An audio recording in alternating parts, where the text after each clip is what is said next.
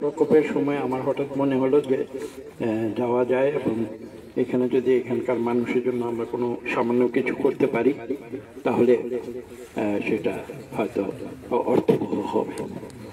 সেই কারণে আজকে আমাদের এখানে আসা এবং এখানে আমাদের সঙ্গে যারা এসছেন, সাংবাদিকবৃন্দ যারা এসছেন এবং টিএনও সাহেব এখানে আছেন, সাব্বিরের ভাইরা আছেন, আমি সবাইকে আন্তরিক ধন্যবাদ এবং কৃতজ্ঞতা জানাই যে তারা কষ্ট করে এই সুন্দর একটি অনুষ্ঠানের আয়োজন করেছেন।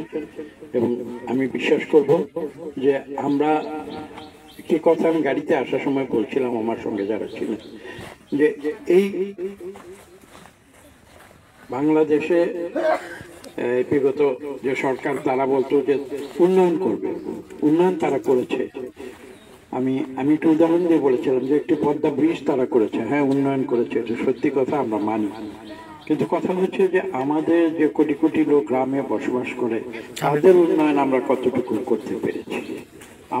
আমি যখন পরিকল্পনা মন্ত্রণালয়ে ছিলাম আমি সবসময় একটি কথা বলতাম যে উন্নয়ন যদি গ্রামের মানুষের উন্নয়ন আমরা না করতে পারি তাহলে আমাদের শহরে উন্নয়ন করে আসলে তাতে করে সত্যিকার অর্থে আমরা দেশের মানুষের ভালো করতে পারবো না।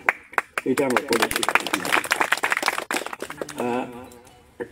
একটা উদাহরণ আমি দিতাম, সেটা এখানে বলা ঠিক হবে কিনা জানি না, যে যাক সেই উদাহরণটা এখন এখানে দিব না, আমি সেটা ঢাকায় আমি দিই, এখানে দিব না।